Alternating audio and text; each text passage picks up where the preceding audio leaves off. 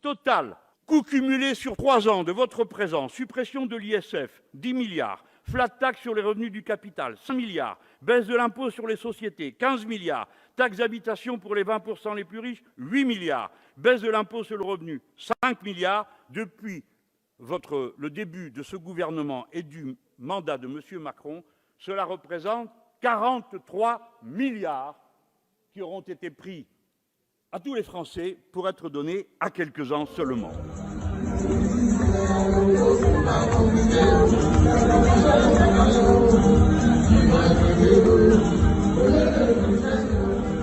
Alors, dans le budget, il y a à nouveau une réforme de l'APL. 600 000 personnes de plus ne toucheront aucune APL. Comme l'année dernière, elles seront revalorisées, certes, mais en dessous de l'inflation, il faut le faire. En tout, 2 milliards de moins dans les poches des Français sans fortune. Mais le plus grave à mes yeux comme républicain et comme ami de l'idée que l'intervention de l'État est la seule qui vaille, y compris dans l'économie. Je vous ai dit une fois que j'étais collectiviste. Eh bien oui, je le suis. Je crois que l'économie n'a de sens qu'encadrée par des règles.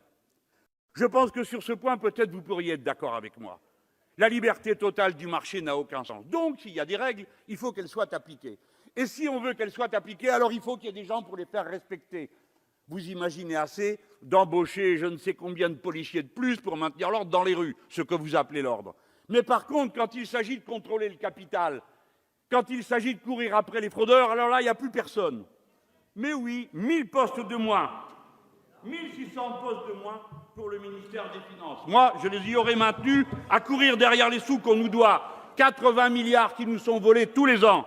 1000 postes de moins pour l'écologie, pour le ministère de l'écologie. C'est-à-dire que sur les deux grands sujets qui accablent notre société, le dérèglement climatique pour lequel il faut enfin changer de méthode et le pillage par les parasites que nous connaissons, les parasites sociaux qui se gavent d'argent et n'en ont jamais assez, sur ces deux causes-là, au lieu de leur serrer la vis, vous leur facilitez le travail. C'est une erreur et voilà pourquoi nous voterons contre ce budget une fois de plus.